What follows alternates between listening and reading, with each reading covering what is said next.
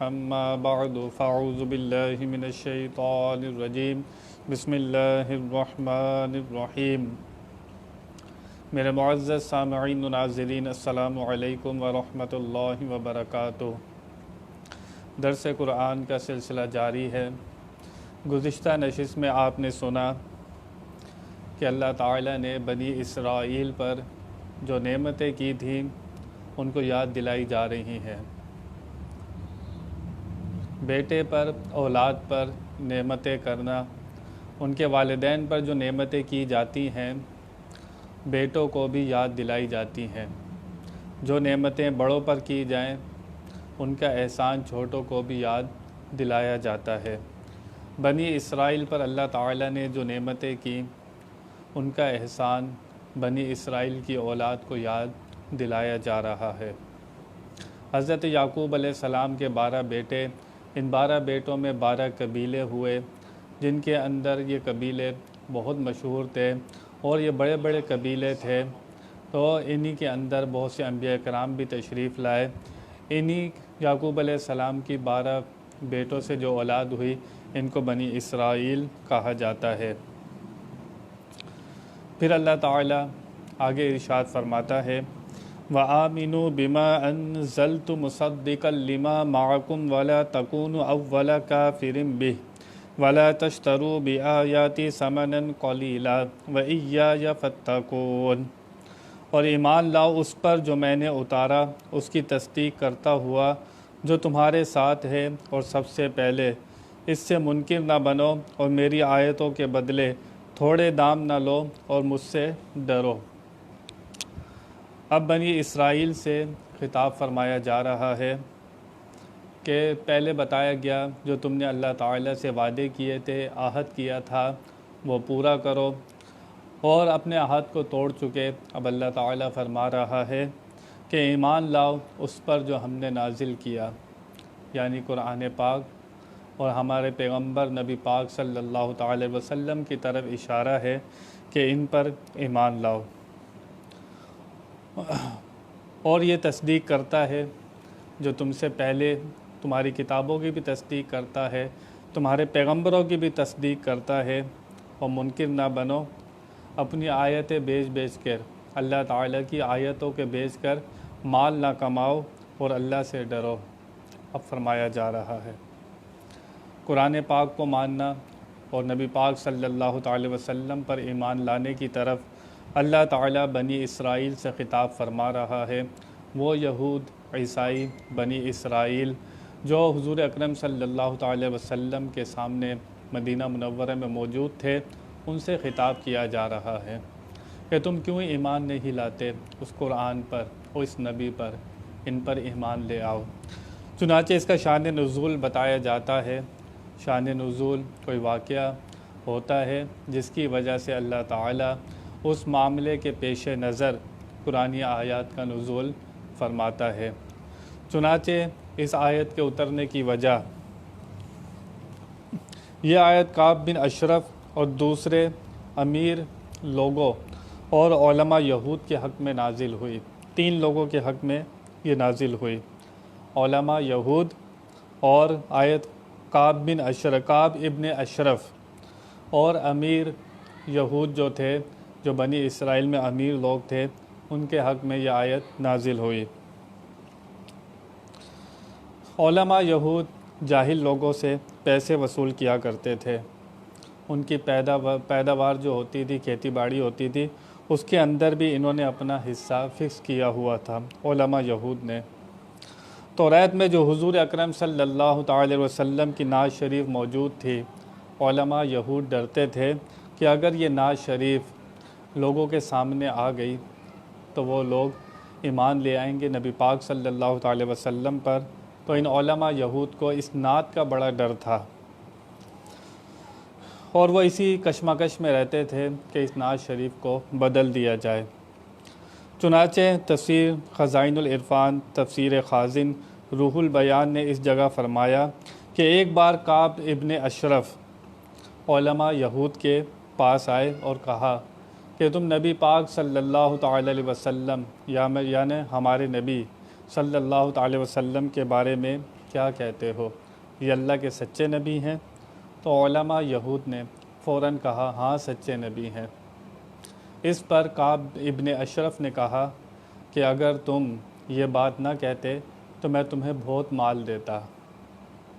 علماء یہود نے کہا اچانک جلد بازی میں ہم سے یہ جملے نکل گئے، ہم سوچ سمجھ کر آپ کو جواب دیں گے۔ علماء یہود نے کعب ابن اشرف کو کہا کہ ہم سوچ کر جواب دیں گے۔ پہلے ایک دم کہا کہ ہاں وہ اللہ کے سچے نبی ہیں، لیکن جب مال کا ذکر آیا، پیسوں کا ذکر آیا، فوراً اپنا بیان بدل لیا اور کہا کہ ہم سوچ کر جواب دیں گے۔ علماء یہود اس مجلس سے اٹھے اور اپنے گھروں پر گئے جہاں پر ان کی یہ کتابیں موجود تھیں، اور اس کے اندر سے وہ نعت شریف جو حضور اکرم صلی اللہ تعالی وسلم کی شان میں اللہ تعالیٰ نے نازل فرمائی تھی وہ ان لوگوں نے نکال دی اور اس کی جگہ دجال کی نعتیں ڈال دی علماء یہود نے۔ پھر کعب سے آ کر کہا، کعب ابن اشرف سے، کہ ہم یہ کہتے ہیں کہ یہ نبی اللہ کے سچے نبی نہیں ہے، یہ قرآن سچا نہیں ہے۔ کعب ابن اشرف نے ان عالموں کو 4 سیر جو اور 4 چادریں انعام کے طور پر دیں۔ علماء یہود کا جوہلا جاہل لوگوں سے رشوت لے کر توریت کے سخت احکام کو بدل کر نرم کر دینا، یہ علماء یہود کا کام تھا۔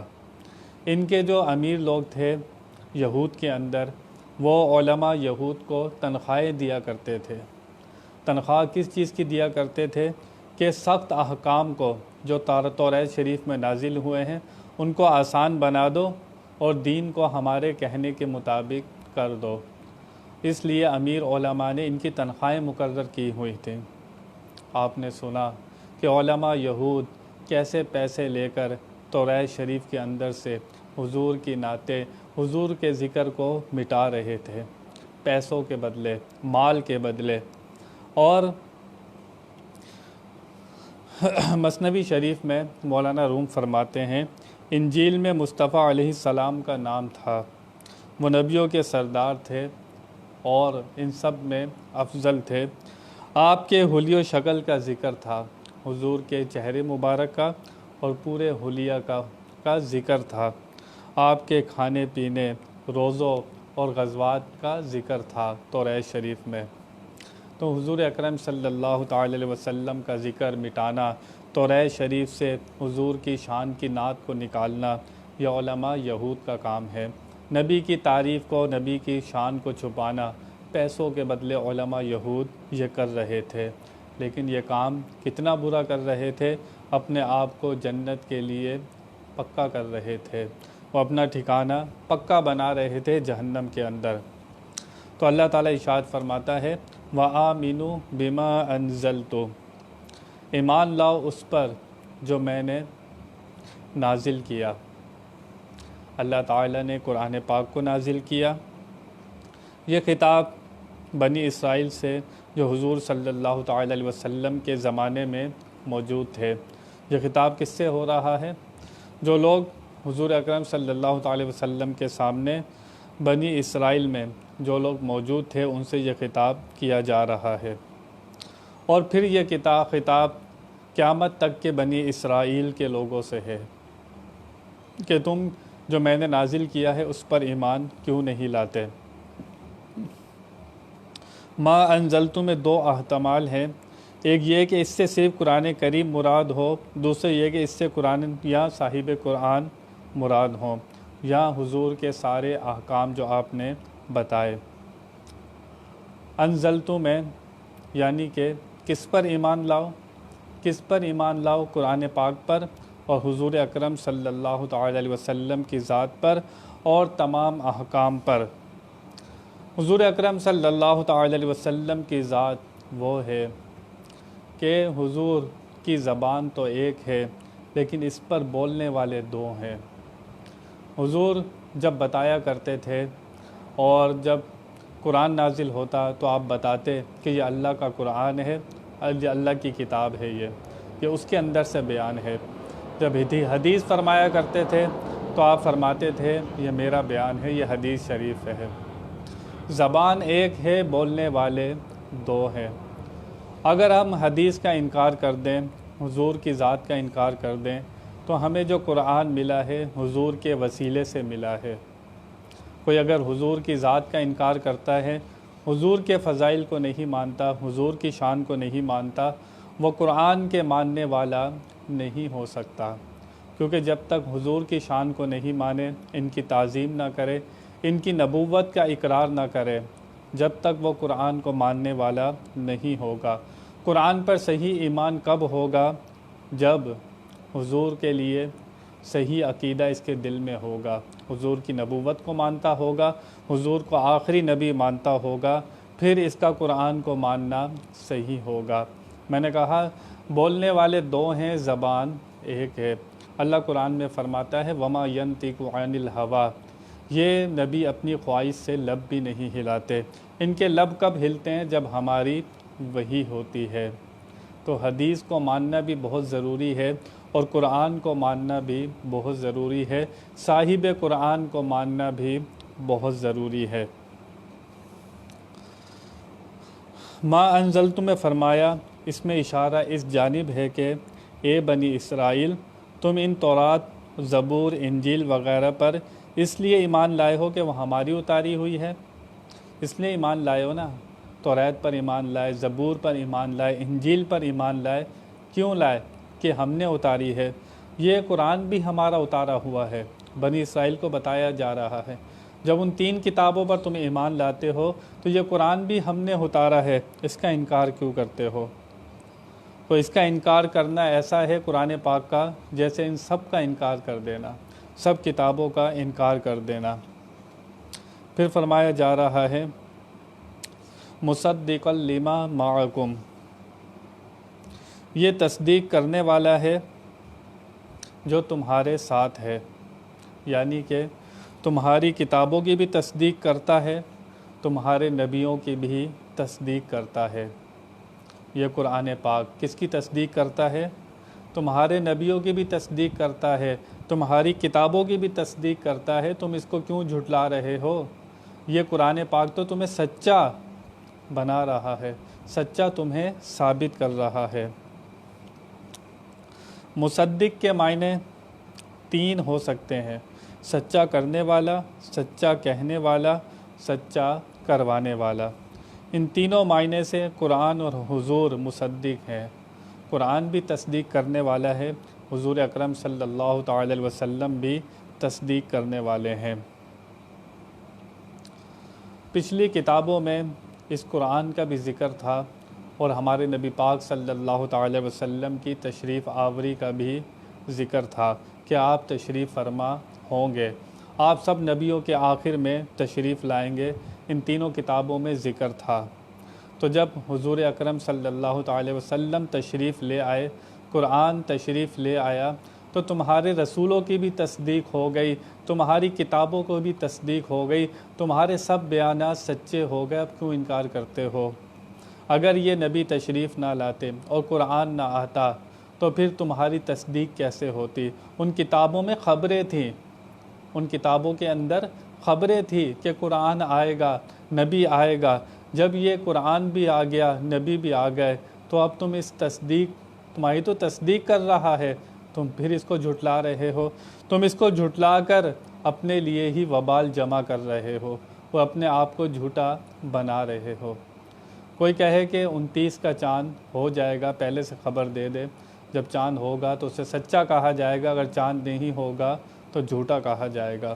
ان کتابوں میں یہی ذکر تھا کہ حضور آنے والے ہیں، قرآن آنے والا ہے۔ تو جب حضور تشریف لے آئے، قرآن تشریف لے آیا، تو اب انکار کر کے خود ہی اپنے بیان سے مکر رہے ہو، خود ہی جھوٹ بول رہے ہو۔ اور ایک بات یہ بتائی گئی کہ دنیا میں ہزار پیغمبر تشریف لائے اور بہت سی کتابیں اور صحیفے آئے، 1,24,000 2,24,000 انبیاء کم و بیش تشریف لائے، اور بہت سی کتابیں اور بہت سے صحیفے، 104 صحیفے بتائے جاتے ہیں، اور 4 یہ مشہور کتابیں۔ لیکن جن کا قرآن نے ذکر فرمایا وہ دنیا میں مشہور ہو گئے، باقی ایسے گم ہو گئے کہ دنیا کے ان کے نام سے بھی بے خبر ہو گئی۔ جن جن کتابوں کا قرآن نے ذکر کیا، صاحب قرآن نے ذکر کیا، وہ قیامت تک کے لیے مشہور ہو گئے۔ باقی ان انبیاء کے سب کے نام تو قرآن میں موجود نہیں ہیں۔ کچھ انبیاء کے نام قرآن میں آئے ہیں، لیکن انبیاء کتنے آئے ہیں؟ 1,24,000 یا 2,24,000 جن کا قرآن نے ذکر فرمایا ہے، اور وہ انبیاء بھی مشہور ہو گئے قیامت تک، اور وہ کتابیں اور وہ صحیفے بھی قیامت تک مشہور ہو گئے۔ تیسری بات یہ کہ توریت اور انجیل کو ماننے والے صرف بنی اسرائیل ہی تھے۔ قرآن پاک کا ماننے والا سارا جہان، اور ظاہر ہے کہ جو بھی قرآن کو مانے گا وہ ان کتابوں کو ضرور مانے گا۔ توریت کو ماننے والے، انجیل کو ماننے والے صرف بنی اسرائیل تھے۔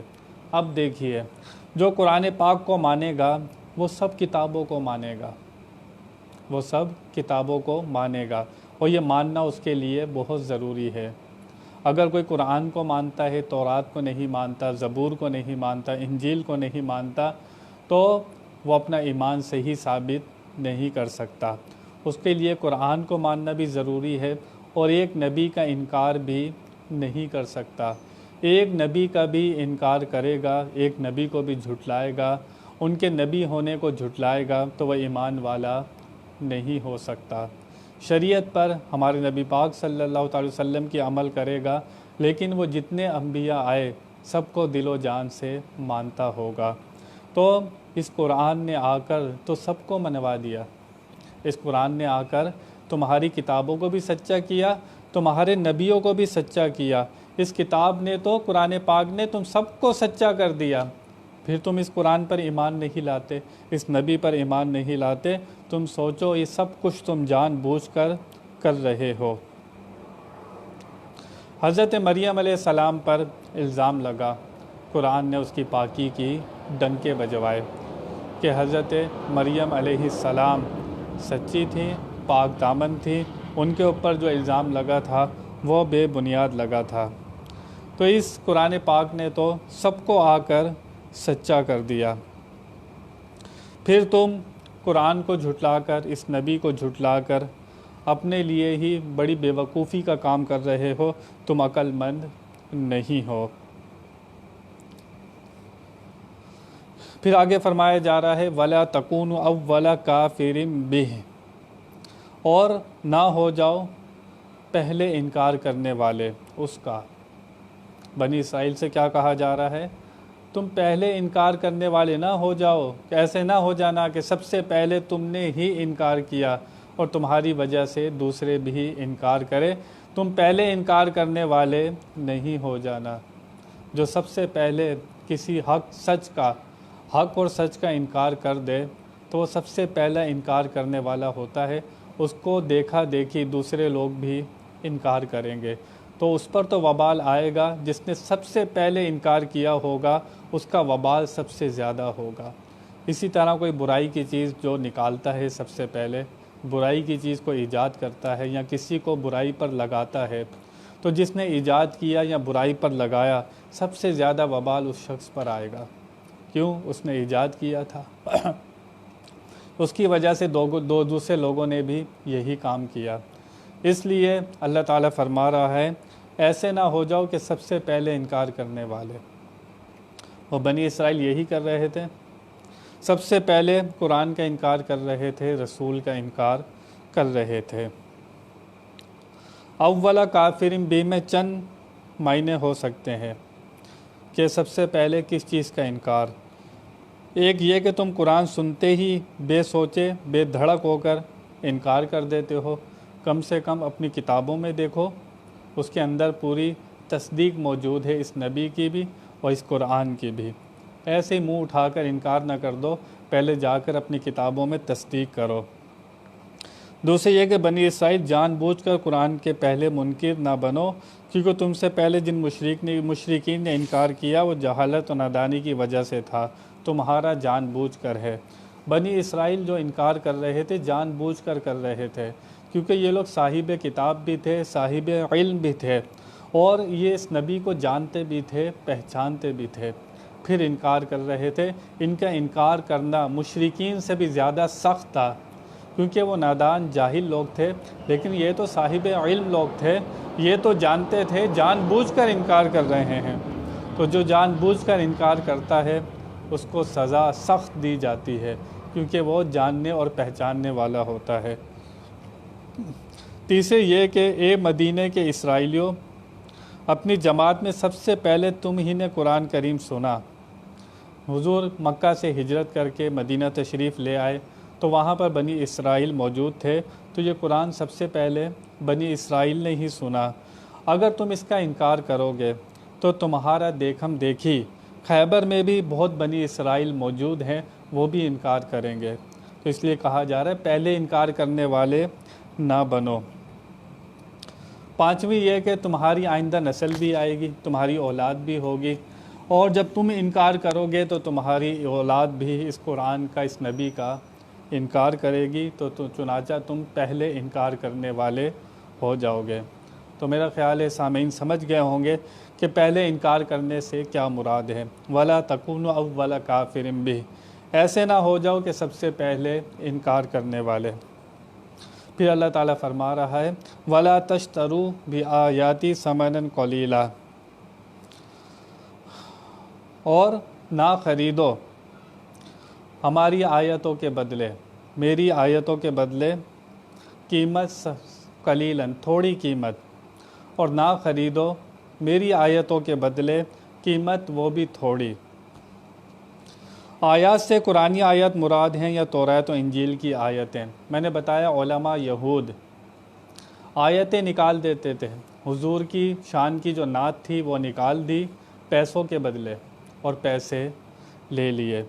یا مراد ہے کہ قرآن پاک کی آیتوں کا انکار نہ کرو کہ تم اس کو جھٹلاتے ہو۔ لیکن آپ نے سنا علماء یہود جو ان کے عالم لوگ تھے، وہ لوگ یہ آیتیں حضور کی شان کی نکال دیتے تھے پیسوں کے بدلے۔ اللہ فرما رہا ہے بہت کم قیمت پر آیتیں بیچ رہے ہو، بہت کم قیمت لے رہے ہو، اس کی قیمت یہ نہیں تھی۔ تم آیتوں سے حق ثابت کرتے، ان آیتوں سے سچ ثابت کر کے جنت خریدتے، تم نے تھوڑے سے مال لے لیا۔ یہ دنیا کا مال کتنے دن کما لو گے؟ تم نے مال خریدا، قیمت خریدی بہت تھوڑی، اور کیا خریدا؟ ان آیتوں کے بدلے تم نے یہاں تو مال خریدا، لیکن آخرت میں تم نے دوزخ خرید لی۔ آخرت کے مقابلے میں تھوڑی ہے، ساری دنیا جنت کے ایک موتی کے برابر نہیں ہو سکتی، ساری دنیا جنت کے ایک موتی کے برابر بھی نہیں ہو سکتی۔ یہ دنیا ساری فانی ہے، تم ان آیتوں کو بیچ رہے ہو اور کیا خرید رہے ہو؟ دنیا کا مال۔ دنیا کا مال بھی عارضی، یہاں کے منافع بھی عارضی، یہ دنیا بھی عارضی، تو تم نے عارضی چیز کو پسند کیا اور ہمیشہ کا آرام کھو دیا، اور ہمیشہ ہمیشہ کے لیے دوزخ میں چلے گئے۔ اللہ فرما رہے وَإِيَّايَ فَاتَّقُونِ، پہلے فرمایا گیا تھا اس سے پچھلی آیت میں، وہاں خطاب تھا تمام بنی اسرائیل سے، یہاں خطاب ہے علماء یہود سے، یہاں عالموں سے خطاب ہے، اس آیت میں علماء یہود سے خطاب ہے، وہاں پر بنی اسرائیل سے، عوام سے خطاب تھا۔ تو ان سے فرمایا گیا تھا وَإِيَّايَ فَارْهَبُونِ وَإِيَّايَ فَاتَّقُونِ، ان دونوں میں فرق ہے۔ فرحبون کے معنی یہ ہو سکتے ہیں، جو ہوتے ہیں کہ کسی چیز کا انسان کو شبہ پڑ جائے کہ اس کمرے میں سانپ ہے، شبہ پڑ جائے لیکن اس نے دیکھا نہیں ہے، تو اس کو رہبت کہا جاتا ہے، فرحبون کی طرف کہا جاتا ہے۔ لیکن کوئی اگر سانپ کو دیکھ لے تو اسے بالیقین کہا جائے گا کہ یقین کے ساتھ اس نے سانپ دیکھ لیا، اس کو فتقون کہا جائے گا۔ دونوں کے معنی ڈرنے والے ہیں۔ جو عام عوام ہے وہ اللہ تعالیٰ کو صحیح طرح جانتی پہچانتی نہیں ہے، وہاں پر فرحبون کہا گیا۔ لیکن علماء یہود تو اپنے آپ کو عالم فاضل کہتے ہیں، ان کتابوں کو عالم کہتے ہیں، کتابوں کا جاننے والا کہتے ہیں، اپنے آپ کو نبیوں کا تابعدار بتاتے ہیں، یہ تو اللہ سے زیادہ ڈریں، اس لیے کہا فتقون، ان سے کہا گیا علماء یہود سے کہ تم تو اللہ سے ڈرو، تم کیوں نہیں ڈرتے؟ وہاں فرحبون کا کہا گیا تھا، وہ عوام سے خطاب تھا یا علماء یہود سے خطاب تھا؟ تم تو اللہ کو جانتے پہچانتے ہو، تم کیسے انکار کر رہے ہو؟ تم اگر انکار کر رہے ہو تو پھر اللہ سے ڈرو، کیوں؟ تم زیادہ جانتے پہچانتے ہو، تمہاری زیادہ پکڑ ہوگی۔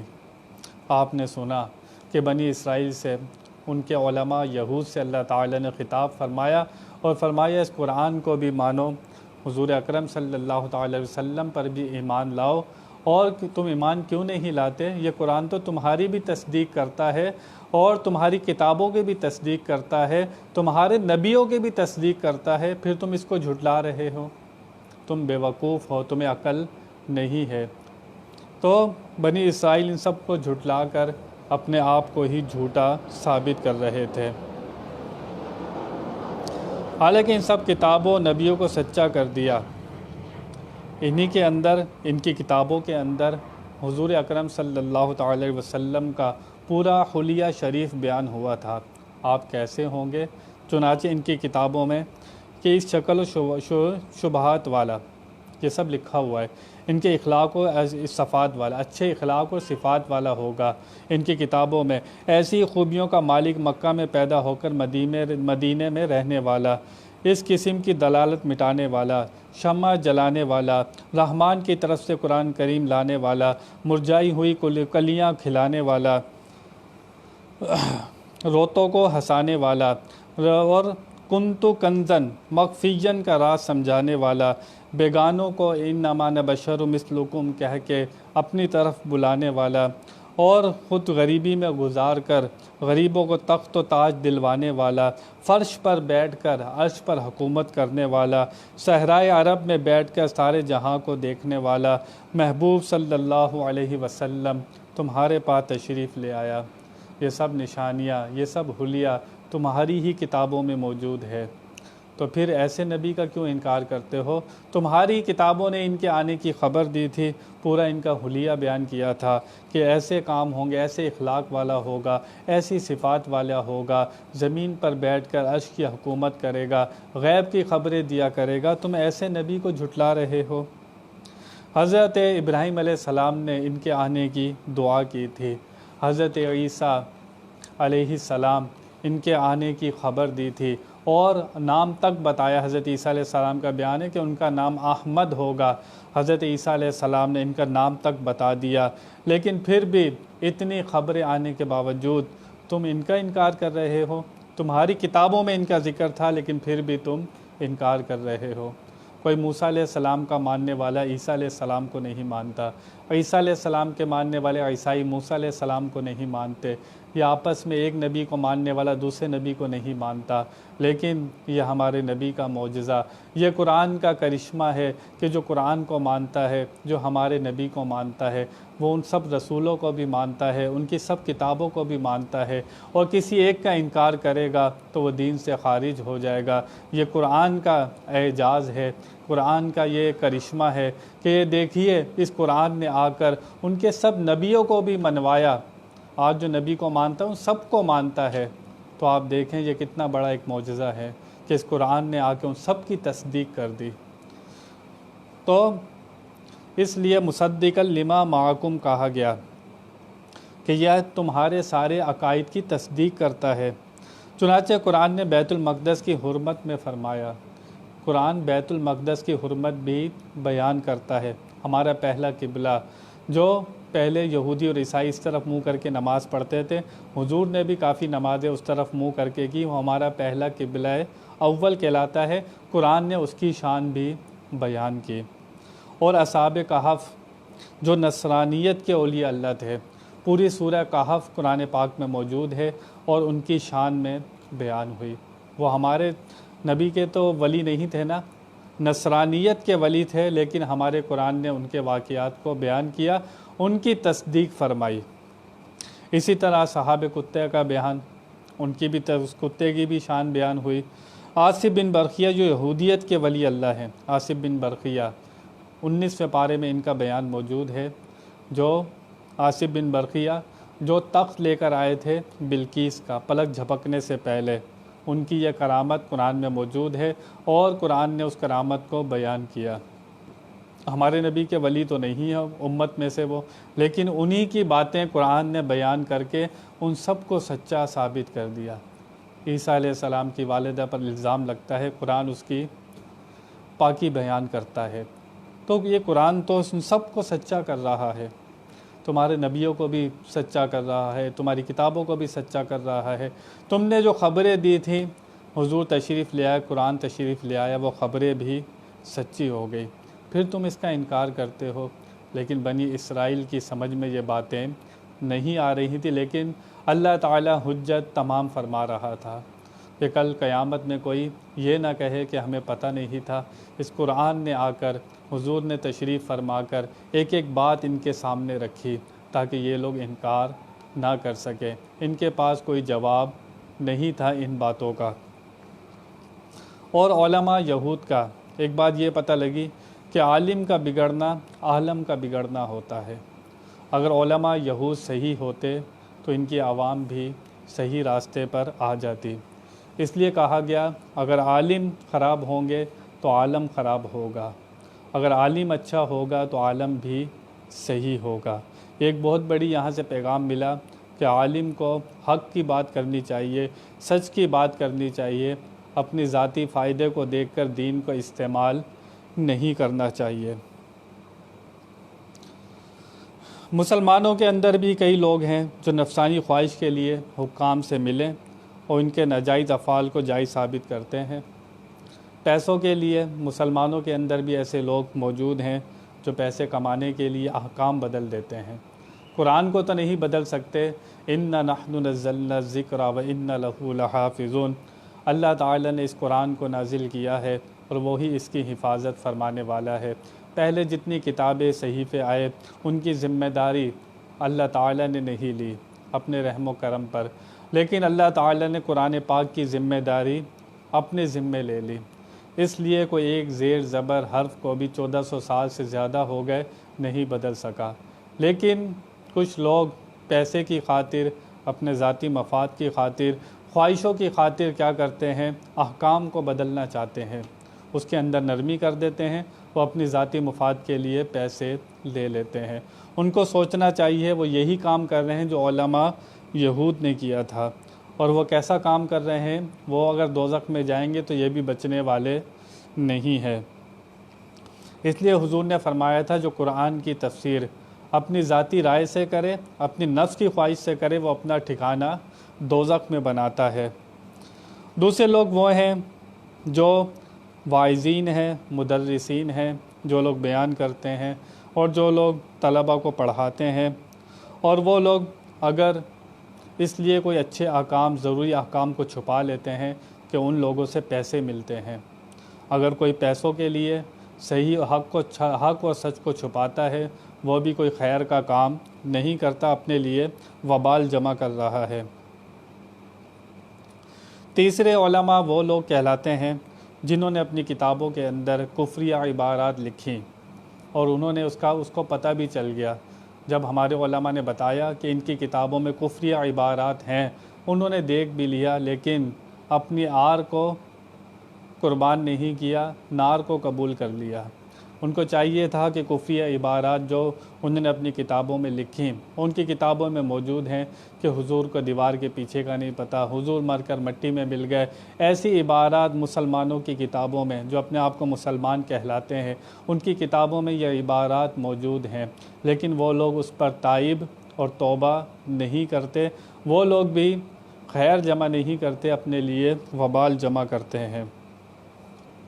اور کچھ لوگ ایسے بھی ہیں، ایک بات یہ ہے کہ جو لوگ اذان دیتے ہیں یا مسجد میں امام مقرر ہوتا ہے وہ پیسے لیتے ہیں، وہ لوگ نماز پڑھانے کی اجرت نہیں لیتے، اپنے ٹائم کی اجرت لیتے ہیں۔ ان کو جو پابند کیا جاتا ہے کہ اس کے علاوہ وہ لوگ اور کوئی کام نہیں کر سکتے، وہ اس کی اجرت لیتے ہیں۔ اس کے علاوہ جو لوگ تعویذ لکھتے ہیں اس کی بھی لوگ اجرت لیتے ہیں، لیکن تعویذ کی اجرت لینا جائز ہے، اس کو کاروبار بنانا جائز نہیں ہے۔ آپ نے محنت کی ہے، آپ نے وقت لگایا ہے اور تعویذ لکھا ہے، بڑی محنت سے آپ نے ٹائم دیا ہے، اس کی اجرت لینا جائز ہے، لیکن کاروبار بنانا جائز نہیں ہے۔ کیونکہ حوالہ ملتا ہے کہ ایک صحابہ کرام ایک جگہ سے جا رہے تھے تو وہاں پر کسی بچھو نے کسی کو ڈس لیا، اس بادشاہ تھا وہ، اس کو ڈس لیا۔ تو وہاں کے لوگوں نے کہا صحابہ کرام سے کہ کوئی تمہیں منتر ونتر آتا ہے کہ ہمارے بادشاہ کو بچھو نے کاٹ لیا ہے؟ تو صحابہ کرام نے کہا ہاں تمہارا بادشاہ کو ہم ٹھیک کر دیں گے، لیکن 100 بکریاں لیں گے۔ انہوں نے کہا ہاں دے دیں گے بکریاں، تم ہمارے بادشاہ کو صحیح کر دو۔ چنانچہ صحابہ کرام نے سورہ فاتحہ پڑھ کے دم کیا، ان کا بادشاہ صحیح ہو گیا۔ انہوں نے 100 بکریاں لے لی۔ جب 100 بکریاں لے لیں، آ کر حضور اکرم صلی اللہ تعالی وسلم کی بارگاہ میں کہا یا رسول اللہ، ہم یہاں 100 بکریاں لے کر آئے ہیں، پتہ نہیں ہمارے لیے جائز ہے یا نہیں ہے۔ حضور اکرم صلی اللہ تعالی وسلم نے فرمایا کہ بکری کا کوئی حصہ ہے تو مجھے بھی دو۔ یہاں سے جائز کا ثبوت ملتا ہے، لیکن تعویذ لکھنا جائز ہے، دین کو کاروبار بنانا جائز نہیں ہے۔ بھئی یہ بات یاد رکھنی ہے، جس نے بھی دین کو کاروبار بنایا ہے یا اپنی شہرت کا ذریعہ بنایا ہے، وہ اپنی نیت کے اوپر اس کو جانچنا ہوگا کہ اس کی نیت کیا ہے۔ وہ دین کی تبلیغ چاہتا ہے یا اپنی شہرت اپنی واہ چاہتا ہے؟ جو اپنی شہرت واہ چاہتا ہے وہ دونوں جہاں میں برباد ہونے والا ہے۔ اس لیے حضور نے پہلے ہی بخاری شریف کی حدیث میں فرما دیا کہ اعمال کا دار و مدار نیتوں پر ہے، جس کی نیت اچھی ہوگی اس کے اعمال بھی اچھے ہوں گے۔ تو اس لیے علماء یہود کو یہ فرمایا جا رہا ہے کہ اس قرآن پر بھی ایمان لاؤ، اس نبی پر بھی ایمان لے آؤ، اور یہ قرآن تمہاری تصدیق کرتا ہے، تمہاری کتابوں کی تصدیق کرتا ہے، تمہارے انبیاء کی تصدیق کرتا ہے، پھر تم اس کا انکار کرتے ہو۔ تم اس کا انکار کر کے اپنے لیے خیر جمع نہیں کر رہے، بلکہ جو تمہاری کتابوں میں جو ان کے آنے کی خوشخبریاں تھیں کہ حضور تشریف لائیں گے، ان کا نام احمد ہوگا، تو جب یہ آ گئے تو سب باتیں سچی ہو گئیں، لیکن اب تم اس کا انکار کر کے اپنے لیے وبال جمع کر رہے ہو۔ حضور اکرم صلی اللہ تعالی وسلم کے سامنے بنی اسرائیل مدینہ شریف میں موجود تھے، آپ ان سے یہ خطاب فرما رہے ہیں۔ اگر وہ لوگ ایمان نہیں لا رہے تھے، لاتے اور نہیں لائے، اپنے لیے بہت بڑا وبال جمع کیا، اور قیامت تک کے بنی اسرائیل کے لیے یہ آیات موجود ہیں۔ جو لوگ وہ دیکھیں، اس کو پہچانیں، اس پر غور کریں، یہ سب ان کے لیے نازل ہوئی ہیں۔